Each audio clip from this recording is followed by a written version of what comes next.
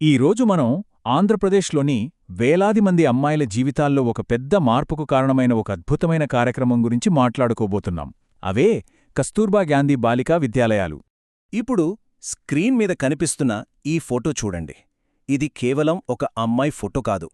ఇక్కడ మనం చూస్తున్నది ఒక మారుతున్న భవిష్యత్తునే. చదువు, టెక్నాలజీ, ఆత్మరక్షణ ఇలా అన్నింటినీ అందిస్తూ వాళ్ళని ఎలా తీర్చిదిద్దుతున్నారో చెప్పడానికి ఇదొక ఉదాహరణ.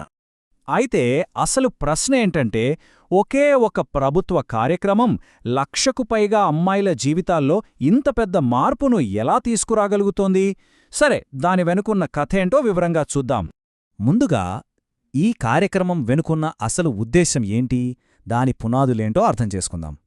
కస్తూర్బా గాంధీ బాలికా విద్యాలయాలు అంటే కేజీబీవీలు. ఇవి మామూలు స్కూళ్లు కావు. ఎవరైతే అమ్మాయిలకి చదువుకోవాలని తపన ఉంటుందో కానీ పరిస్థితులు అనుకూలించవో వాళ్ళకివి ఒక పెద్ద భరోసా. ఉచితంగా చదువు, హాస్టల్ వసతి, భోజనం అన్నీ అందించి వాళ్ళని ఉన్నత విద్యావంతులుగా తయారుచేయడమే వీటి లక్ష్యం. మరి ఈ స్కూల్స్లో ఎవరికి ఎక్కువ ప్రాధాన్యత ఇస్తారు? ముఖ్యంగా అక్షరాస్యత చాలా తక్కువగా ఉన్న ప్రాంతాల్లోని అమ్మాయిలు, మధ్యలోనే చదువు ఆపేసినవాళ్లు, తల్లిదండ్రులు ఇద్దరూ లేని పిల్లలు, లేదా పేదరికం వల్ల చదువుకోలేని ఎస్సీ, ఎస్టీ, బీసీ, మైనారిటీ వర్గాల బాలికలకు ఇక్కడ మొదటి ప్రాధాన్యత ఇస్తారు. అంటే ఇదొక సామాజిక భద్రతా వలయంలా పనిచేస్తోందన్నమాట. అయితే ఈ గొప్ప ప్రయాణం చాలా చిన్నగా మొదలైంది. నిజానికి ప్రారంభంలో రాష్ట్రవ్యాప్తంగా కేవలం 53 విద్యాలయాలు మాత్రమే ఉండేవి. కాని ఇవాళ ఆ నంబర్ ఎక్కడికి చేరిందో చూడండి, 352. కేవలం 53 నుంచి 352కి.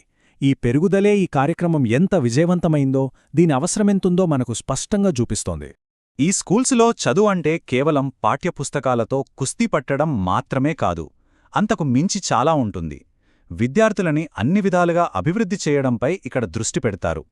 ఉదాహరణకి, అమ్మాయిల్లో ధైర్యం, ఆత్మవిశ్వాసం నింపటానికి కరాటే లాంటి మార్షల్ ఆర్ట్స్ నేర్పిస్తున్నారు. భవిష్యత్తులో వాళ్ల కాళ్లమీద వాళ్లు నిలబడటానికి 44 స్కూల్స్లో ప్రత్యేకంగా వృత్తి విద్యా కోర్సులని కూడా ప్రవేశపెట్టారు. అంతేకాదు, వాళ్ల మానసిక ఆరోగ్యం కోసం నిపుణులతో కౌన్సిలింగ్ కూడా ఇప్పిస్తున్నారు. అంటే ఒక సంపూర్ణమైన ఎదుగుదలన్నమాట. సరే, మరి ఇక్కడ లెర్నింగ్ ఎన్విరాన్మెంట్ ఎలా ఉంటుంది? చదువు చెప్పడానికి ఎలాంటి ఆధునిక పద్ధతులు, టెక్నాలజీని వాడుతున్నారో ఇప్పుడు చూద్దాం. ఇక్కడే పాల్ అనే ఒక చాలా ఇంట్రెస్టింగ్ సిస్టమ్ని ప్రవేశపెట్టారు. దాని full form personal adaptive learning. పేర్లోనే ఉంది. ప్రతి విద్యార్థికి వాళ్ల అభ్యసన వేగానికి తగ్గట్టుగా లెర్నింగ్ని అడాప్ట్ చేస్తుంది. అంటే ఎలా అంటారా? స్టూడెంట్స్ టాబ్లెట్స్లో పాఠాలు నేర్చుకుంటారు. ఒక టాపిక్ నేర్చుకున్నాక దానికి సంబంధించి కొన్ని ప్రశ్నలొస్తాయి. దానికి వాళ్ళిచ్చే సమాధానాల్ని బట్టి వాళ్ళకా టాపిక్ ఎంతవరకు అర్థమైందో సిస్టమ్ తెలుసుకుని దానికి తగ్గట్టుగా నెక్స్ట్ లెసన్ ఇస్తుంది. దీంతోపాటు కంప్యూటర్లు, ప్రింటర్లు లాంటివి కూడా ఉన్నాయి. ఇక సౌకర్యాల విషయానికొస్తే 250 స్కూల్స్లో సోలార్ పవర్ ఉంది. అంటే కరెంటు కోతలుండవు. హాట్ వాటర్ కూడా వస్తుంది. కిచెన్స్లో మోడర్ ఎక్విప్మెంట్. ఇంకా విద్యార్థుల భద్రత కోసం ప్రతి స్కూల్లో ఏకంగా 9 సీసీ కెమెరాలు ఏర్పాటు చేశారు. సో అన్ని విధాలుగా ఒక సేఫ్ అండ్ కంఫర్టబుల్ ఎన్వైరన్మెంట్ అన్నమాట. సరే, ఇన్ని సౌకర్యాలు, ఇన్ని కొత్త పద్ధతులు అన్నీ బానే ఉన్నాయి. మరి అసలు ఫలితాలెలా ఉన్నాయి? ఇప్పుడు ఈ కార్యక్రమం ప్రభావం ఏంటో చెప్పే నంబర్స్ చూద్దాం. ఈ నంబర్స్ చూడండి. గత ఏడాది 6వ తరగతిలో ఉన్న సీట్లు కేవలం 14,080. కాని అప్లై చేసుకున్నవాళ్లు ఎంతమందో తెలుసా? 35,672. అంటే ఉన్న సీట్లకి రెట్టింపు కంటే ఎక్కువ మంది పోటీ పడుతున్నారు. దీన్ని బట్టే మనం అర్థం చేసుకోవచ్చు ఈ స్కూల్స్కి ఎంత డిమాండుందో. ఇక అకాడమిక్ రిజల్ట్స్ చూస్తే 2024-25లో 10వ తరగతి పాస్ పర్సెంటేజ్ 83.45%. ఇంటర్మీడియట్ అయితే ఇంకా బెటర్, ఏకంగా 87.95%. ఇవి చాలా గొప్ప ఫలితాలు. నాణ్యమైన విద్య అందుతోందనడానికే ఇవే నిదర్శనం. ప్రస్తుతం రాష్ట్రవ్యాప్తంగా ఉన్న ఈ 352 పాఠశాలల్లో మొత్తం 1,07,000 మంది విద్యార్థినులు చదువుకుంటున్నారు. ఒక్కసారి ఆలోచించండి, 1.07 లక్షల మంది జీవితాలిక్కడ రూపుదిద్దుకుంటున్నాయి. మరి ఫైనల్గా ఈ కార్యక్రమం యొక్క భవిష్యత్ ప్రణాళిక, వాళ్ల విజన్ ఏంటో చూద్దాం.